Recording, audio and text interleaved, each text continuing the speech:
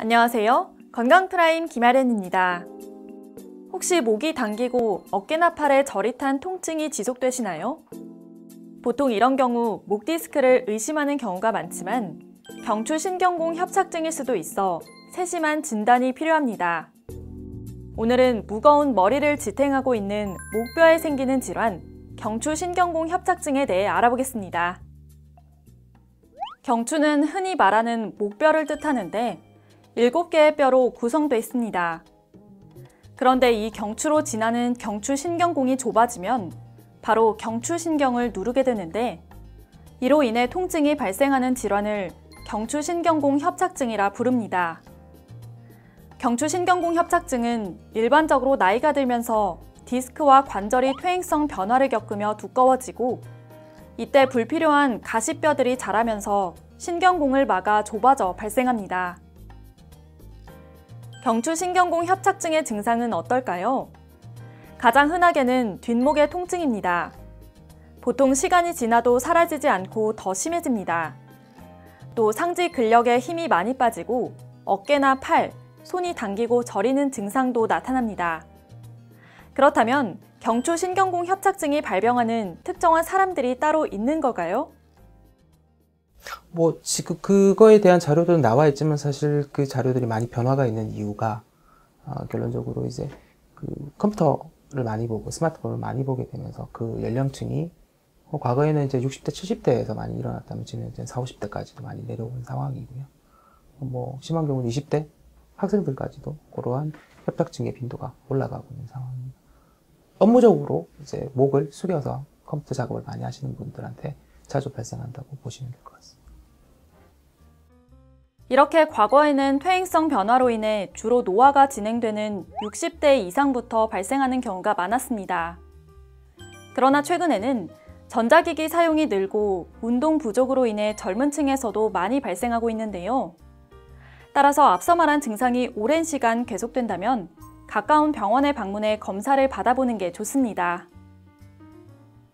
이제 경추신경공 협착증에 관련된 몇 가지 궁금증들을 살펴볼까요? 첫째, 경추신경공 협착증의 진단법은 무엇인가요?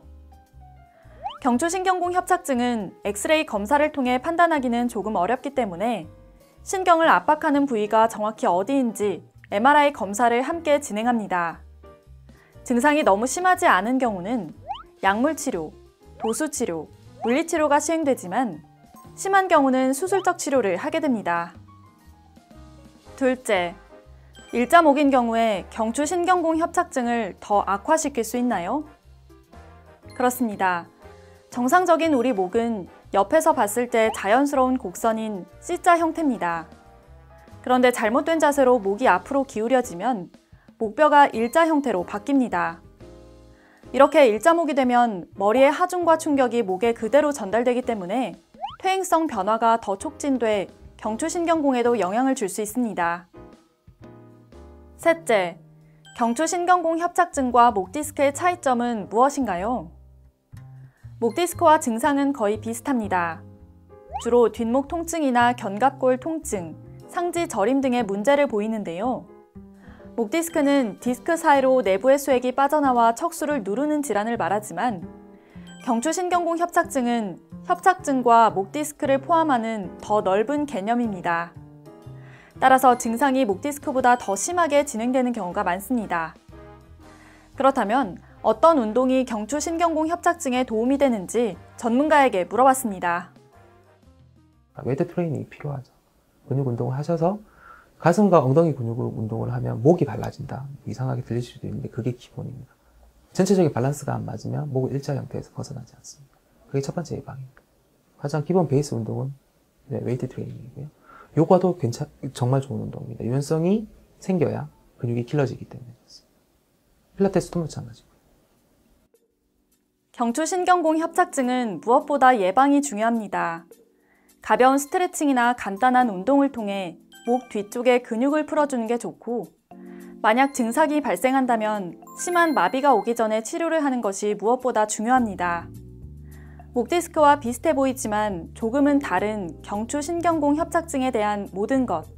지금까지 건강프라임 김아련이었습니다.